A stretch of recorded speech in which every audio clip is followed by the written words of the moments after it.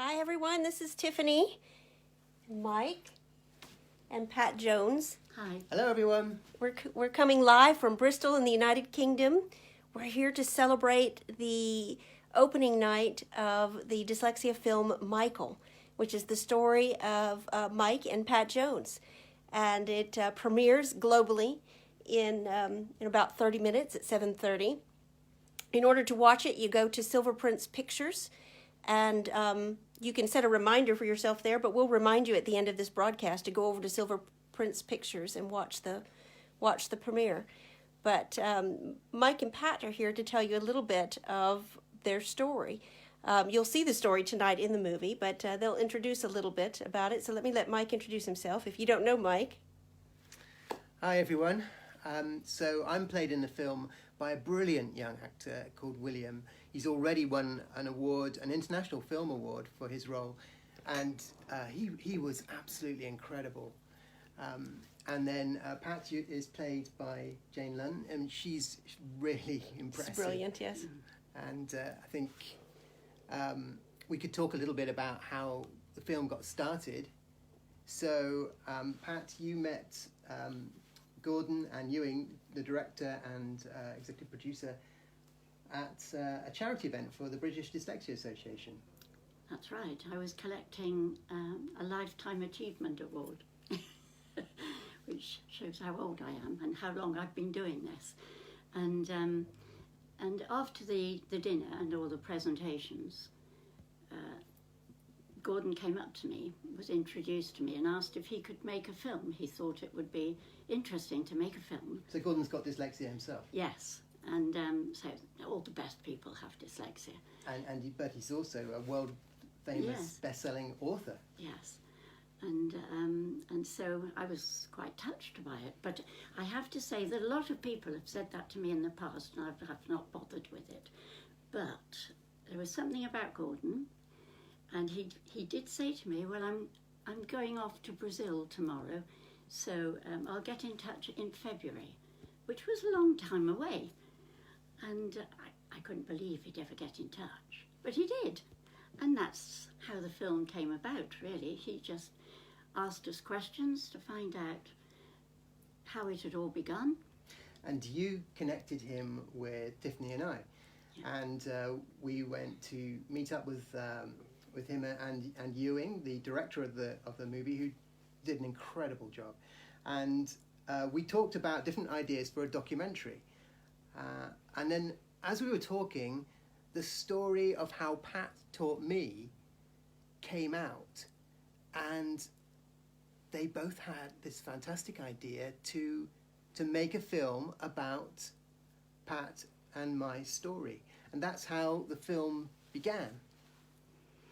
And so I think I talked Gordon to death, telling him about how awful it was when Mike was little and the experiences he had when he was young. And it was so horrendous for me as a mum.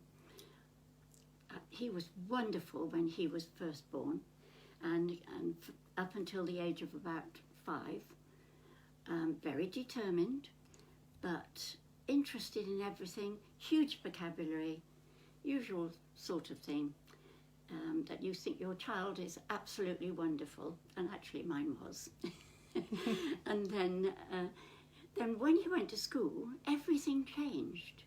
Now, I was already a teacher, so I had worked with Mike before he went to school, and I knew he couldn't read when he went to school, but I have to say my husband couldn't read until he was much older either, and in those days it wasn't called dyslexia, and I didn't even know much about dyslexia then when I had Mike, and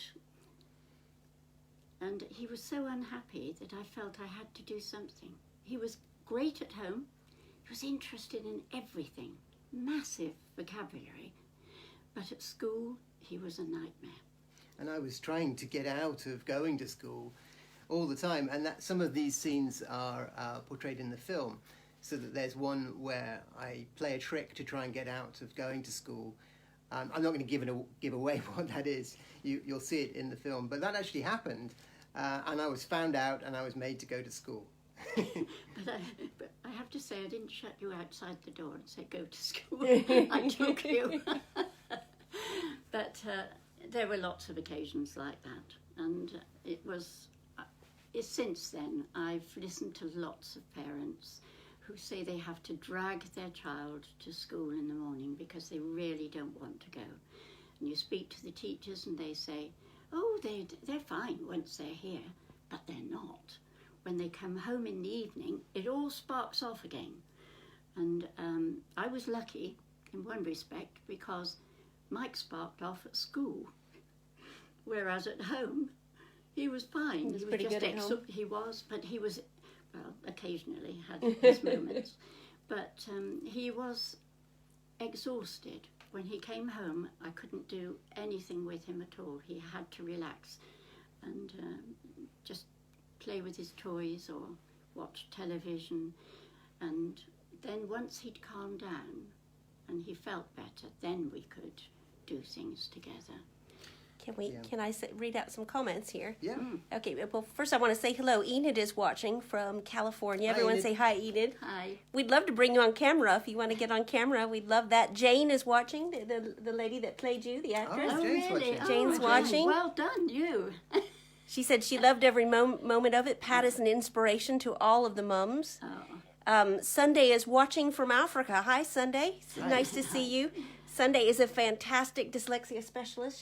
She's renowned in her Yes. country. Someone to really look up to. Debbie is watching. Hi, Debbie. Stuart is watching. Stuart works for Nessie. Elaine has something to say. She says, Pat, you are an inspiration, and I'm trying to follow in your footsteps. Tiffany and Mike, thanks for helping make this. Oh, I can't see it. Make this a reality, I think. So that's Elaine. Sarah is watching. Hi, Sarah. We have some. Nicole is watching. Nicole Parody. Hello, Nicole. Nicole is a great Nessie fan, a great friend, and Nicole is the mom of Heidi, Oh, yes. Heidi that speaks about ADHD Yeah. so beautifully. Yes. She's very articulate. She's a great inspiration to other children. George is watching. Hi, George. We don't know where you're watching from. Everyone say, Nicole says, hi, Pat, Mike, and Tiffany. Good luck for the premiere tonight. Sending love, Heidi and Nicole. Thank you. Nice to see you. Yes. Sarah Beth is watching. I see some people are watching from Greece. That's exciting. Oh, Nice to that's see wonderful. that. For someone from Nigeria saying hello. Nice to see you. Thank you for watching tonight. Well, if anyone has any specific questions for Pat or for Mike, you can send them in to me. Just text them to me and I will ask them. And keep at it, Elaine. If Yes. you're fighting for your child, you keep at it. Elaine has a great... Can I share a little bit of Yes. Elaine's story? So Elaine was such an inspirational teacher. And she's from Britain. She decided on her 40th birthday, running up to her 40th birthday, that she wanted to run 40 days for the Dyslexia Trust. So she ran every day for 40 days. Oh, yes, I saw that. Yes, and Amazing. amazing. She raised money for the Dyslexia Trust, and then she, the last day, she ran in a green tutu and had lots of friends. So Elaine has taken some courses. She's taken one from Australia. She's already completed that. She's working on some other courses. She's, of course, done the Nessie course. And she's really making a change in her school. She's changing. That's good. She's making positive changes. She's told me that the way that they do spelling tests has changed. Instead Yes. of just arbitrary words, Yes. they're doing it a Yes. different way now. And she's an inspiration because she is just the kind of teacher that we love to support. Somebody that wants to get trained and they want to Yes. learn more, and then they Yes. want to go back to their school and they want to just change the culture and just be a positive influence. And it does make a big, big difference. Big difference. We always say one dyslexia specialist is wonderful. They can't take care of the whole school, but one can go in and they can train the others, and they can Yes. be an influence, and they Yes. can change the culture and try to make things better for dyslexic Yes. kids. And so we love Elaine, and we love the work that she's doing. She's a real inspiration. And in our Just Teach Me campaign, Elaine has featured her picture. She sent in her photo and some quotes from Elaine. So Good. Yes. she's all over social media, and she's at the end of some of the Michael commercials as well that haven't started And to if show yet. that's leads us on to really why we made the film. Yeah. And the hope that we hope it gives children and parents hope that there is a solution, the science of reading. If you follow that structured literacy, then at an early age, it's particularly effective, and it can stop all sorts of problems happening. But when I was 7, 8, 9, it was such difficulty. I mean, you never stop being dyslexic, but without that help, I probably would have left school illiterate, unable to read and write. And a lot of kids leave school illiterate. It's a terrible problem, and we hear it all over the world, not just in Britain, not just in the United States, not just in Australia. We hear it from Africa, we hear it from Asia, we hear it from South America, that kids don't get the help that they need when they're in school. Yes. And not all children are fortunate enough to have a mum like Pat that can just do it. Oh no, I didn't just do You it. didn't just I do have it. To say. You worked really hard and made it I did have happen. to train, yes. Although Yes. I was already a teacher, I had to train. And also, Michael was very determined, and other parents will experience that too. So when you're trying to teach your child at home, it is difficult. And that's why the sort of Nessie games and a fun element of it came about, because the only way I could get him to do any work was to think of a game and play it through a game, and that then he didn't immediately think that he was being taught anything. Just occasionally he would say, I know why we're playing this game. And that was the end of it. It wasn't sophisticated enough. Well, that philosophy was carried on to the founding of the Bristol Dyslexia Centre. So when would that happen? 1988. So- When you all went off to university, I thought, I can have my life back. And you've had quite a few students get in touch with you, haven't you? Yes, I have. And in fact, only a couple of days ago, I had a contact from a lad. Both of us taught. And he was here, severely dyslexic lad. And he's still, even now, this was how He's a long man ago? now. He is. He's engaged to be married. and We he both was- taught him. Yes, we did. Jamie. And yes. And Hopefully he's watching tonight. Yes, If you are, I hi, hope Jamie. So. But he said what a difference it had made to his life, and he said it was incalculable, the difference, the hope, and the methods that we used, and in fact that he still uses them. They're sort of embedded into his life now. So that was lovely to hear from him, and it's always wonderful to hear from students who are doing so well. Well, it's so important to have a specialist teacher that's qualified, that knows what they're doing, and that's why we created that's why the Dyslexia Trust is hoping to raise money to pay for teachers to get training, and we're also starting a petition to try and get as many people as we can to sign it, to just make sure that teachers get trained to understand dyslexia, because it's crazy that they're not. And that every school has at least one dyslexia specialist, because I mean we're talking about up to 20% of the population. Sometimes it's a bit lower, sometimes higher, but that's a lot of children that are left without any support. That is a lot of children. Can I break in and say, oh, sorry. Yes, go ahead. Say hello. So let's say hello to Sarah Beth. Says she's watching from her dyslexia center in St. Louis. She wants to say hello. Fantastic. Hi. Some more watching from Nigeria. Let's see. Oh, Mary is watching from Denver, Colorado. Mary is a fantastic dyslexic artist. She is a fabulous artist, and she's dyslexic herself. She has a really inspirational story. Jody's watching from Northern Ireland. Thank you for all you have done to help us here. Somebody's watching from St. David's College in North Wales. Oh, great. Hoping the film is shared far and It's a wide. wonderful school. Yeah. That is a wonderful school. We have a question from an 8-year-old boy coming. Oh, someone watching from Meritos. Let's see. James from Northern Ireland wants to ask Mike, how do you feel about being dyslexic? I used to be completely ashamed of being dyslexic. I didn't like to admit that I had dyslexia. I didn't ever tell anyone when I was at university, for instance. I didn't want to be thought of as different. It took me a long time to come to realise that it was nothing to be ashamed of. Proud of. something to be proud of. Rosalind, we know Rosalind. She's a friend. She's watching from Ghana. Remember Rosalind? Yes. Yes, Rosalind's a fantastic, inspirational story. I believe Rosalind is a chef. She's dyslexic and a chef and a great leader in dyslexia. She's saying, it's good to see you, Madam Pat. You did awesome.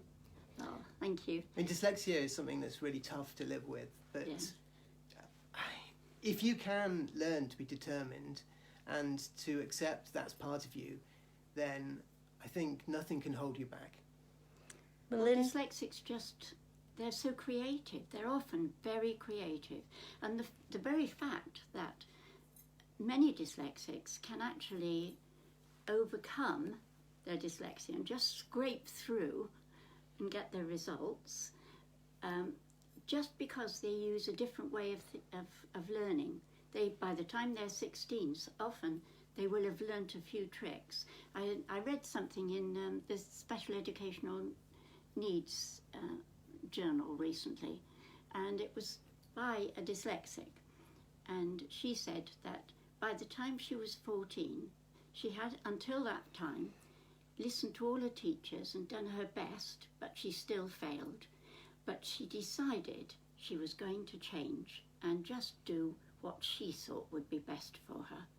And in that way, she developed a whole system of thinking in pictures, and so she succeeded. If you can come up with your own strategies and your own way of getting through it, because the school system as it is now, it doesn't really make any. I mean, there are some accommodations for examinations and things like that, but it's going to be a tough journey because so many teachers don't understand dyslexia, and I think I think some of them do. They're more Some do. aware. They're more aware now, but they still don't know the actual precise, specific ways of helping. that was the reason for our Just Teach Me campaign, because we want teachers. Well, teachers want to help their They students. do, or they don't go into teaching. Yeah. No, that's right. And I mean, we're all teachers here. we are. Or at least we used to be. Horrifying thought. Rosalind wants to say, super well done, Mama Pat. Thank you. Heidi has a question for Mike. Would you rather have 6 noses or 10 eyebrows? I think noses, because I've always been amazed at the amount that dogs have got something like 100 times better sense of smell, and they can just see in the dark with smell and stuff like that. There was used to be a dog that lived a few doors down from us when we were growing up that was blind, and it could still find its way around. So yeah, I think 6 noses. That's a good one. That's a dyslexic question for you. Yes, A it creative is. out-of-the-box question. Yes, it is. Anna is watching. Dana is watching. I don't know where they're watching from. Let's see, Tara. Hello from East Sussex. Hi, Tara. Hi. Kara and Elizabeth are watching. I'm not sure where from. Kelly. Oh, Clarice Jackson. Oh, we know Clarice Jackson. Clarice Yeah, hi, Jackson. Clarice. Hi, Clarice. Nice to see you. And let me introduce Pat. Hello. Clarice Jackson is a powerhouse of a Yes. dyslexia advocate.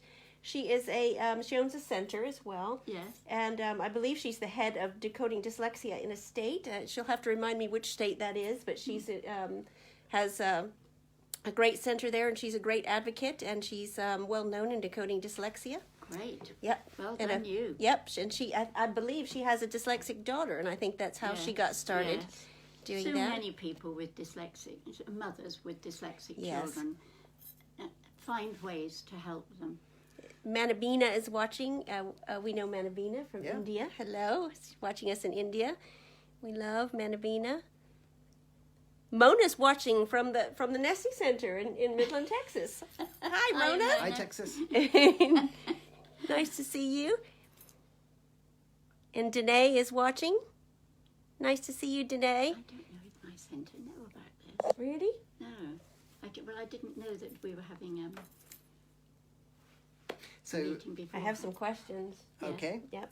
So I was going to ask, some of these were kind of already answered, but so how many years has the Bristol Dyslexia Center been operating? How long has your center been? Well, it started in 1988. In this building.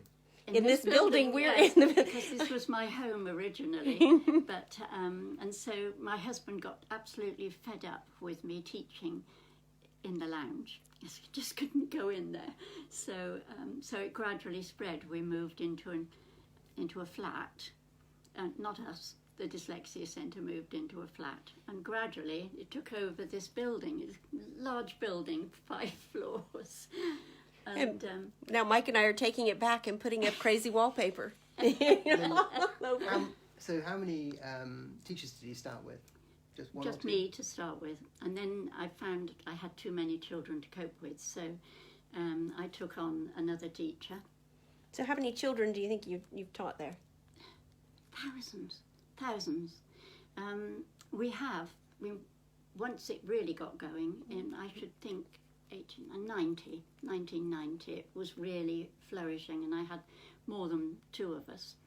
And we used to log our calls for help, Yes. and we used to get about 1,000 a week. Wow, 1,000 a week. A week. And that was back then. And So- we just couldn't cope with it. In fact, when Michael got his law degree, I said to him, "You do come and help me during your holiday. Come and help me in the office because I've got nobody to answer the phone. We're just absolutely swamped." And that's how he got into it, because he liked it so much. And he realised there were so many people who needed help. Do you think it's been like, how many thousand? Like 10,000, 20,000? At least. Because that's 30,000? 30 years. Yeah. Yes, and I've actually been teaching dyslexics for 50. For 50 Hate to years. say that, but So yes. it might be more than 30,000. It Probably, probably is. yes. It's probably more than that. And when I started answering the phone, I think that was when I first Yeah. learned to really accept my dyslexia, because I think speaking to parents who just didn't know what to do, were at their wits' end, that were in tears, it just made me remember what I'd been through and that what children were still going through and still are today. It is better now. We don't get quite as many parents phoning up in tears, but we still get hundreds of phone calls. So we run an advice line as well, which is really difficult to man because it's just constant.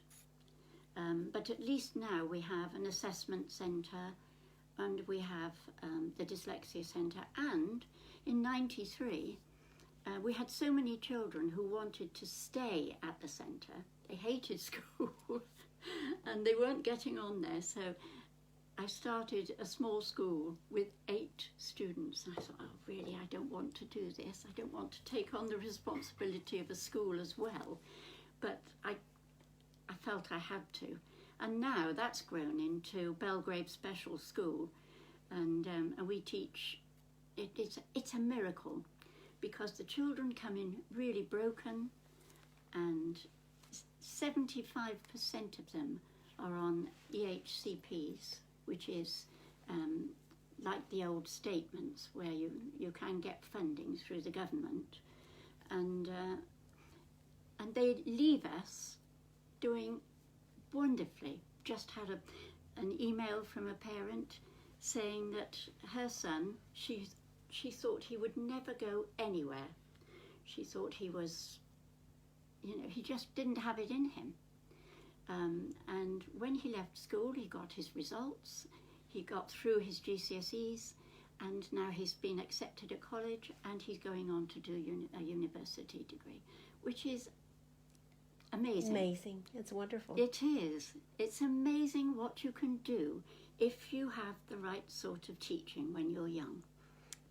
Okay, we have a hello y'all from Texas. Hello. Hi. We have a hello from County Mayo in Ireland. Yeah. Am I Yes. pronouncing that correctly? Yes. Newport, Australia, saying hello. Wow. Oh, hi. Hey, that's April. I think it's really early there. Yes. I wonder what time it is there. Is it like 4:30 in the morning? That's really early. Let's see. Okay, here's a question. Tara is watching with her 9-year-old son. After 3 years at home, being home educated, he has just started school again, his choice. Came out feeling more confident and having words to talk about his learning challenges. now just to get the school to understand how to teach him. That's why it's so important that teachers are trained, that teachers understand dyslexia. And hopefully this film will begin to drive that. I think parents joining together into communities and support groups is a really effective way, because it's very difficult as a lone parent to have to go in every single year and speak to the new teacher and explain all over again, sometimes several times a year. And I mean, it's a brave thing to go back into that school after being home educated, but I'm sure that you're strong enough to do it. This is hello from UAE, Abu Dhabi, and this is the founder of Dyslexia in Abu Dhabi. He or she is saying hello. I think it's Anna. Anna is saying hello. Hi. Hello, Anna.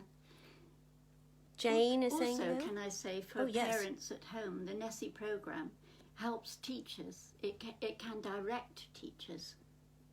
You can get good ideas from Nessie program. Which do you think were your best ideas from teaching? I don't know, just making it as much fun as humanly possible. So, thinking up, I can remember when you were little, and I was trying to teach you syllables, and I can remember drawing that silly bull. That features in the film, yeah. Yes, does it? Yes, I'd forgotten that. Oh, time. 4 We're minutes. 4 minutes to the movie, so there are a couple more questions. Hannah here wants to say that she loves Nessie. She's age 7. Oh, thank you. Good. And then Hannah's mom wants to ask Pat, have you been part of advocating for policy changes in schools and government regarding dyslexia? Yes. If yes, how did you find that experience? Hard. Okay. In one word. Yes, I found it easier to go into schools and speak to heads and get them on my side, and then work up from the bottom, so that schools were beginning to realise that they could do something for dyslexics. I found that easier than trying to get in touch with policymakers. This is Elaine's son, who is dyslexic, and he's on his mom's phone and says he just wants to say how proud he is of you. Oh, that's And wonderful. Mary is saying, Pat, you are a beautiful inspiration, and Michael, thank you for sharing your personal story. There are parts of the film that share the introspective feelings of the dyslexic child, and they are so important because these scenes make unidentified dyslexia visible. Thank you for the inspiration, beauty, and truth. Well, there was an amazing team behind the film, and I think there's a beautiful photography from Darius, and great direction from Ewing. And it was, I mean, as a team, the whole team that worked on it, so many of them had connections to dyslexia, and we're doing it from a passion to make change. Sue from Decoding Dyslexia Florida is saying hello. Hi. We have so many people saying hello, and they're coming on now. South Africa is on. Lots of people watching. Let's see, someone saying hello. I'm a 54-year-old dyslexic. You rock. Thanks, Pete. That's Pete. Nicole Sparks is watching. Allison Miller is watching. Hello. So glad to see you guys. We're going to have to sign up. Let's see. The dyslexia training on Nessie is excellent, and I use the Nessie program with all my students that I teach. Thank you, Tanya. I just say something too? Can I just say how proud I am of my son, Mike, and if you could have seen him when he was young and how introverted and lacking in confidence he was, you'd never believe he was the same person. He's done amazingly, and it's wonderful for me that my son is going to continue all this work for dyslexia, which has been my passion, it's been my life. Well, I had a good teacher. That's not what you said at the time. I meant Mrs. Wiltshire at school. So we've got 2 minutes. 2 minutes. Well, There's 1 minute, actually. a shout out from Chicago, posted on all the social media sites to get your word out. Hello from Wichita Falls, Texas. Hello. And so Hi. we're going to have to sign off, and we need everyone to go watch the film. We're going to watch it right now on Silver Prince Pictures. And let us know what you think of the film in the comments, please. Right, please comment underneath, and give us a like if you liked it, and share it with all of your social contacts and all of your friends. We want to really make a change for dyslexia, and in order to do that, we need to share the movie as much as possible. In the next 2 days will make a big difference. So please share it with everyone you know.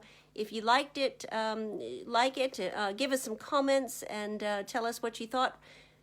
There's Joyce. Hello, Joyce. Joyce Hi. also. Joyce is another mother that has a dyslexia center in Northern Ireland. Oh, great. And she has a similar story. And her son has gone on to get like 2 master's degrees or something. Really? Something Wow. really Yes. impressive. And he's going to be a teacher like his mom. Great. Oh. So another mother advocate in Northern Well Ireland, done.